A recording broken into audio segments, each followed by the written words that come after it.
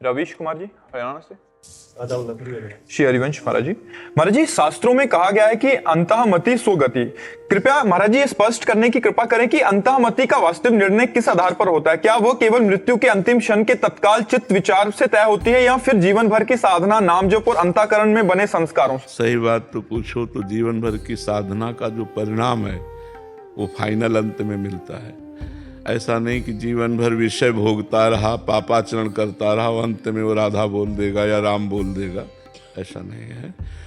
हाँ, ऐसा है कि अचानक कृपा भगवान की हो जाए, वो पापी रहा है जैसे अजामिल, और उसको अपने पुत्र के बहाने निकला नारायण और शरीर छूटने का समय था, भगवत पार्षद आ गए, यमदूतों को तिरस्कृत करके उसे भगवत धाम की यात्रा की अजामिल ने।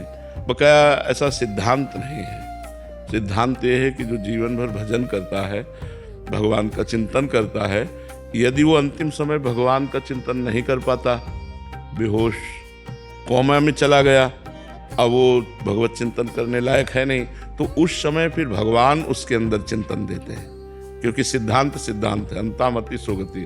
तो अब वो तो कामा में है, बेहोश है, अब उस समय उसके अंदर स्फुरित होगा राधा, क्योंकि जीवन भर उसने भजन किया है। अब अंतिम फाइनल न बिगड़े तो उसके हृदय में भगवान स्वयं स्फुरित करते हैं, भगवान नाम या अपना रूप प्रकाशित करते हैं। या अंतिम समय किसी महात्मा की कृपा हो जाए, जैसे पूज्य राधा बाबा की कुटिया थी, तो सामने एक बूढ़ी माई आकर के सोहनी लगाती थी रोज।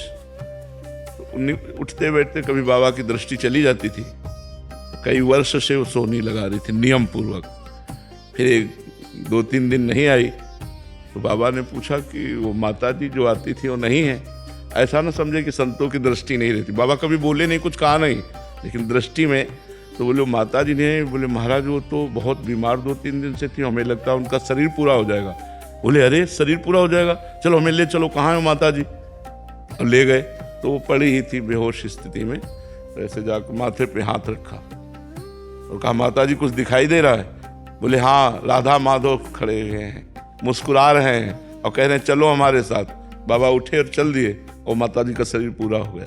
तो किसी सिद्ध पुरुष की अंतिम समय कृपा हो जाए, भगवान की कृपा हो जाए कि कोई भक्त सानिध्य मिल जाए और उसे नाम कीर्तन, मान लो बेहोश है लेकिन उसके वातावरण में नाम कीर्तन शुरू हो गया जहाँ शरीर बेहोश पड़ा है, तो उसको भगवत गति प्राप्त हो जाएगी। या जीवन भर भजन किया है, अंतिम समय भगवत स्मरण हो जाए या भगवान अंतिम समय स्मरण करवा दें, गति उसकी वही होगी जो जीवन भर भगवान का आश्रय लिया है या किसी संत का आश्रय लिया है। ऐसा नहीं कि पापाचरण कर रहा है। वो एक अजामिल उदाहरण में आए हैं, बकाया ऐसा प्रायः बहुत कम है कि कोई जीवन भर पापाचरण करता रहो, ऐसा संबंध से हो सकता है। तो यदि हमारा कोई संबंधी भागवतिक है और वो उस समय कृपा कर दे, हमें भागवतिक विधान मिला दे, या भगवान कृपा करके स्वयं ऐसा कोई संविधान कर दे अंदर हृदय में, या फिर जीवन भर भजन करता रहा है। पर खास बात जीवन भर भजन करने वाले की है कि जो जीवन भर भगवान का भजन करता रहा, अंतिम समय भगवान का स्मरण कर, वो भगवान का विशेष लाडला होगा। कल्याण हो जाना और भगवान का प्रेम प्राप्त होना, ये दोनों अलग बात है। तो कल्याण तो 2-3 गतियों से हो जाता है, जैसे किसी बहाने से भगवान नाम स्मरण हो जाना, या बेहोश स्थिति में आसपास भगवान नाम कीर्तन होना, चरणामृत पवा देना, रज लगा देना। कोई दया करके, ऐसा करुणा करके संत या कोई गृहस्थ भी ऐसा कर सकता है। मान लो कोई प्राणी मर रहा है, हम उसके मुख में चरणामृत डाल दिया, रज डाल दिया, रज लगा दिया, राधा सुना दिया, अब उसका कल्याण हो जाएगा। या अंतिम समय भगवान की कृपा से कोई संत भगवान कृपा कर दे।